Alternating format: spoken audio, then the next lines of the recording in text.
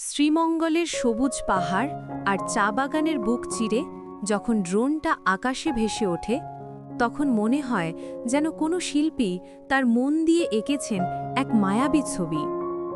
মৌলভীবাজারের কমলগঞ্জ উপজেলার এই মাধবপুর লেক তার নিজস্ব সৌন্দর্য দিয়ে হাজার হাজার মানুষকে মুগ্ধ করে।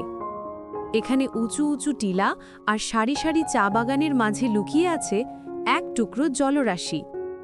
লেকের পানি এতটাই টলটলে যে তাতে যেন আকাশটাকেই দেখা যায়। এখানে প্রতিটি মুহূর্ত প্রকৃতির এক অন্যরকম গল্প বলে। লেকের জলে শাপলা শালুকের মাঝে জলজ পাখির কিচিরমিচির আর দূর পাহাড় থেকে ভেসে আসা পাখির মিষ্টি সুর সব মিলিয়ে এক অদ্ভুত শান্তিতে মনটা ভরে যায়। এই শান্তিটাই আমাদের শহরের কোলাহল থেকে অনেক দূরে নিয়ে যায়।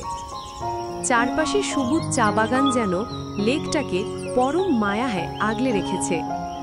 শীতকালে এখানে অনেক অতিথি পাখি আসে আর তখন পুরো এলাকা তাদের কিচিরমিচিরে ভরে ওঠে।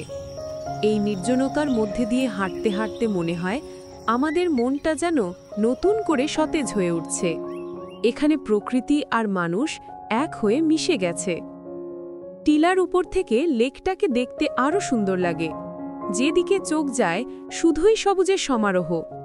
দূরের পাহাড়ের নীল রেখা যেন আকাশের সাথে মিশে গেছে। এখানকার বাতাস সবুজের গন্ধে ভরে থাকে।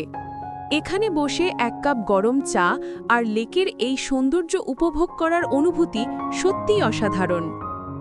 মাধবপুর লেক যেন প্রকৃতির হাতে আঁকা এক শান্তির জায়গা। এখানে পানি, পাহাড় আর চা বাগানের এমন সুন্দর মিলন খুব কম জায়গাতেই দেখা যায়। আপনি যদি মনকে শান্তি দিতে চান, প্রকৃতির প্রেমে পড়তে চান, তাহলে মাধবপুর লেক আপনার জন্য সেরা জায়গা। এখানে একবার এলে মনটা বারবার ফিরে আসতে চাইবে এই সবুজের রাজ্যে। মাধবপুর লেক প্রকৃতির এক রহস্যপুরী।